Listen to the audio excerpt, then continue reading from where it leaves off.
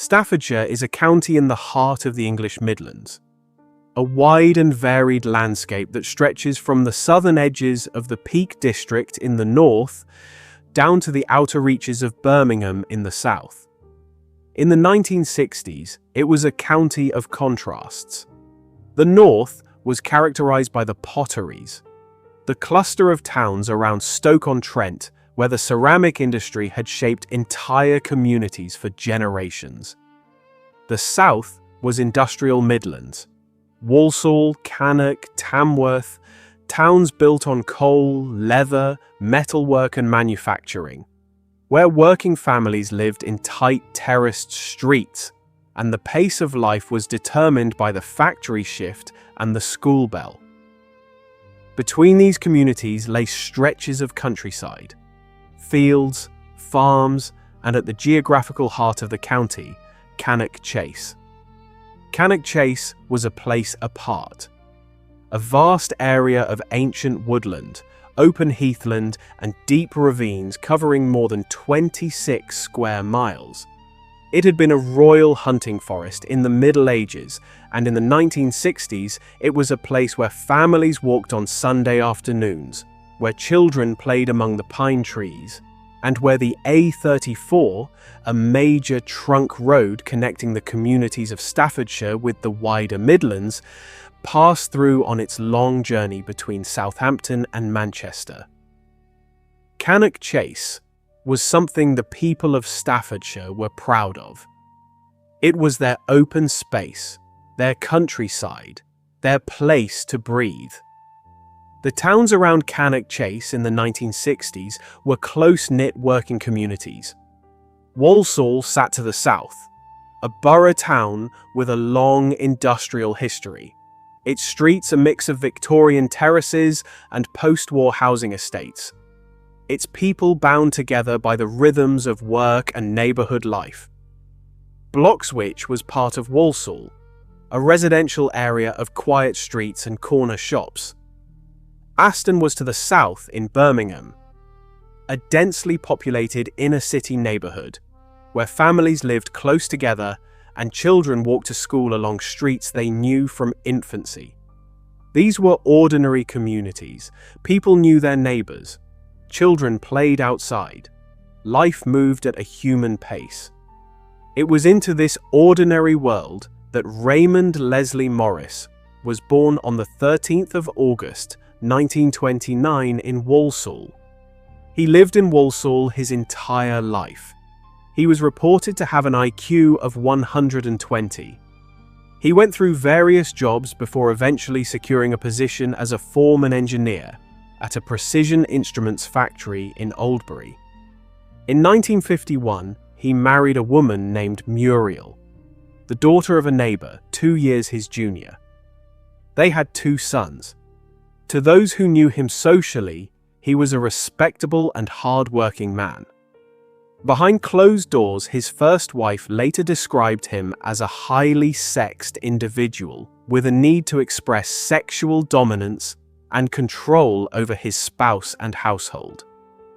She said his cheeks would go pale if she did not disrobe immediately upon his ordering her to do so at any time of the day. She eventually left the marriage after 10 years, largely because of his violent and controlling behaviour. Morris married again. His second wife was a woman named Carol, 14 years younger than him, 21 years old when they married. By the mid-1960s, Morris and Carol were living at Flat 20 Regent House on Green Lane in the Birchills area of Walsall.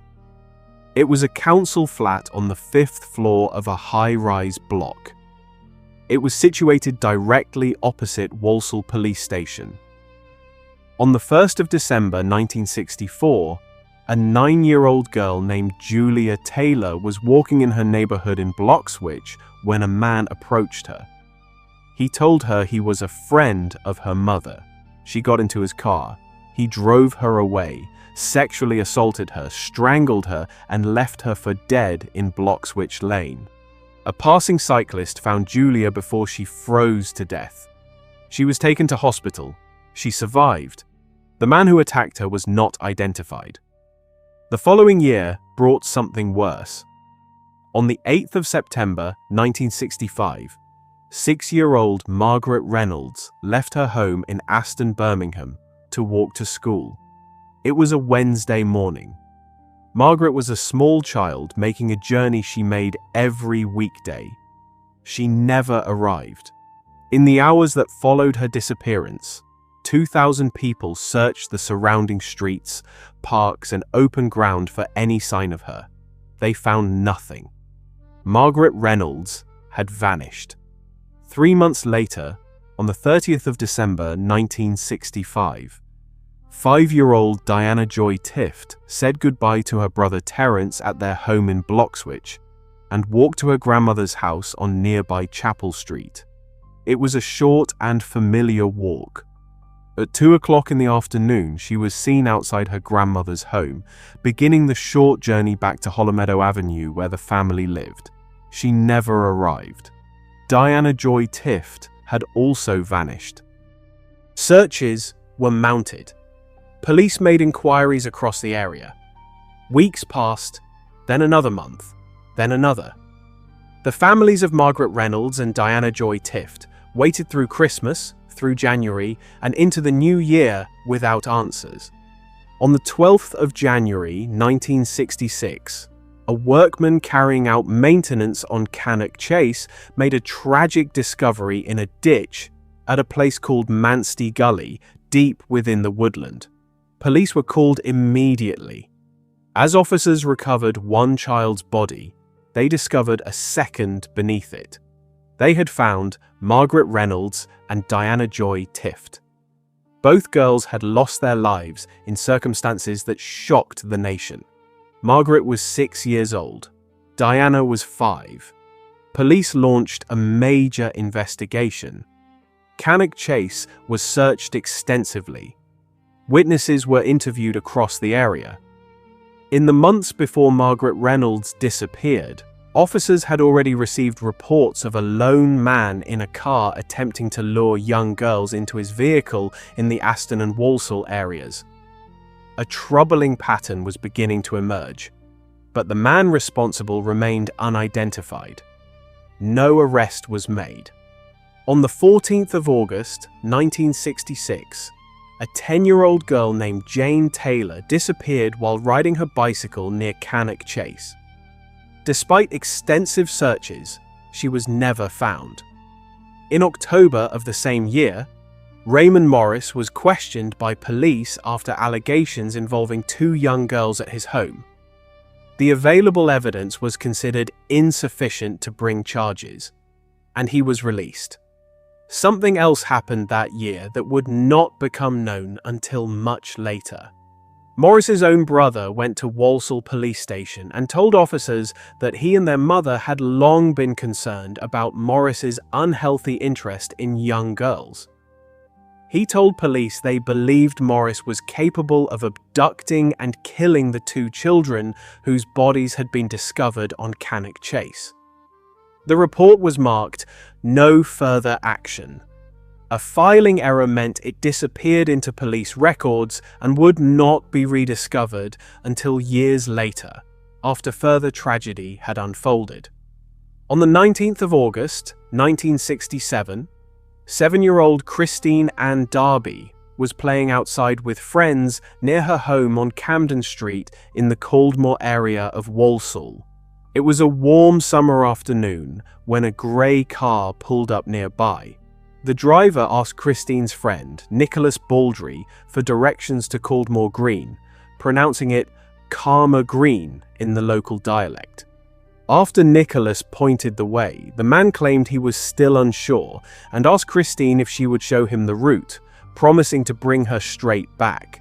Christine's mother did not own a car, and the offer of a short ride seemed harmless. She climbed into the vehicle. Her friends watched as the car reversed before driving away in the opposite direction from where the man had said he intended to go, heading toward Cannock Chase instead. The children immediately ran to Christine's home. Her mother hurried to the nearest telephone and alerted the police. stop plan, the emergency procedure for a child abduction, was activated without delay. Roadblocks were established on routes leading out of Walsall. 3 neighbouring police forces joined the search. Within hours, 24,000 leaflets carrying Christine's photograph had been distributed across the West Midlands. On the 22nd of August 1967, 3 days after Christine disappeared, a soldier taking part in the organised search found her body beneath brushwood at a place called Parr's Warren on Cannock Chase. The location was only about a mile from where Margaret Reynolds and Diana Joy Tift had been found 18 months earlier. Christine Darby was 7 years old. The investigation that followed became the largest in Staffordshire's history, even exceeding the scale of the hunt for the Moors murderers, Ian Brady and Myra Hindley. The inquiry was led by Assistant Chief Constable Sir Stanley Bailey. 150 detectives were assigned to the case. 39,000 homes were visited. 80,000 people were interviewed. More than 1 million vehicle records were examined. 25,000 individual vehicles were traced and checked, including every Austin A55 and A60 in the Midlands, matching the type of grey car seen near Camden Street on the day Christine disappeared. Scotland Yard was brought in to assist. Investigators also produced and circulated a composite drawing of the suspect. A year passed, then another. Still, the killer remained unidentified.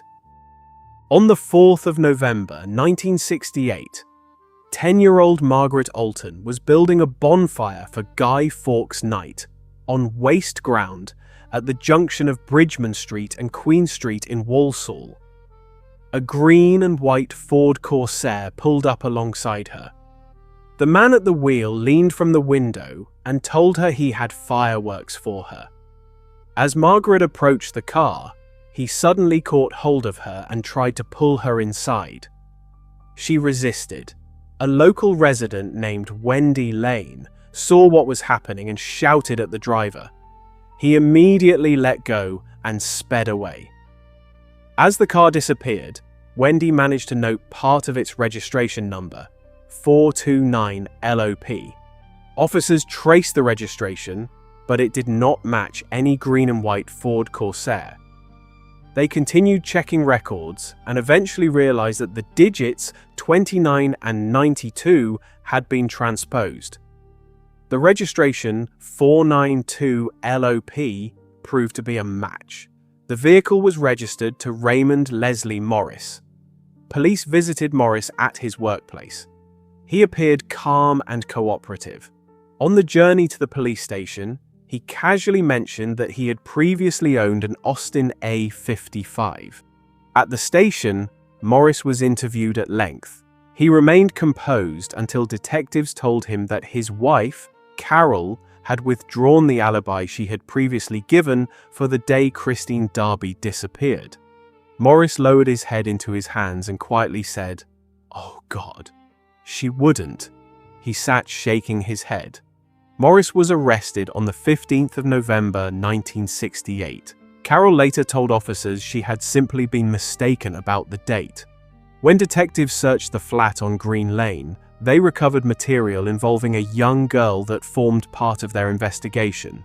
Morris was charged with the murder of Christine Darby, the attempted abduction of Margaret Alton, and additional offences involving his wife's 5-year-old niece. The trial opened at Staffordshire Assizes in February 1969. It attracted what newspapers described as unprecedented public interest. Each day, queues of more than 100 people formed outside the courthouse before it opened, hoping to secure a place in the public gallery. The judge, Mr. Justice Ashworth, told the jury at the outset that they were dealing with a hateful crime of lust. Pathologist Dr. Alan Usher testified that Christine had died from suffocation. A technical manager from Pirelli Limited confirmed that tyre marks found on Cannock Chase were consistent with the type of vehicle Morris had driven. Witnesses who had seen the grey car on Camden Street also gave evidence. Morris pleaded not guilty to the murder of Christine Darby and the attempted abduction of Margaret Alton. He admitted the charges relating to his wife's niece. Then an unexpected moment interrupted the proceedings. From the public gallery, Julia Taylor, the young girl who had survived an earlier attack in December 1964, pointed toward the dock and cried out, "That's him. That's the man that did it to me." Court officials immediately escorted her from the gallery. The jury deliberated for less than 2 hours. On the 18th of February 1969, Raymond Leslie Morris was found guilty of the murder of Christine Ann Darby and sentenced to life imprisonment. He was never charged with the murders of Margaret Reynolds or Diana Joy Tift. He was never charged in connection with the disappearance of Jane Taylor. Nor was he charged over the attack on Julia Taylor. Those investigations remain officially unsolved. Morris spent the rest of his life maintaining his innocence. He appealed his conviction on several occasions. In November 2010, he was granted a judicial review, but it was unsuccessful. The following year, after more than 40 years of silence, he told a newspaper that he had not been responsible for Christine Darby's death. On the 10th of March, 2014, Morris signed a legal declaration refusing further medical treatment and requesting that his family not be informed of his condition. He died the following day at a prison healthcare facility. He was 84 years old. By then, he had spent 45 years behind bars, making him one of the longest-serving prisoners in England and Wales.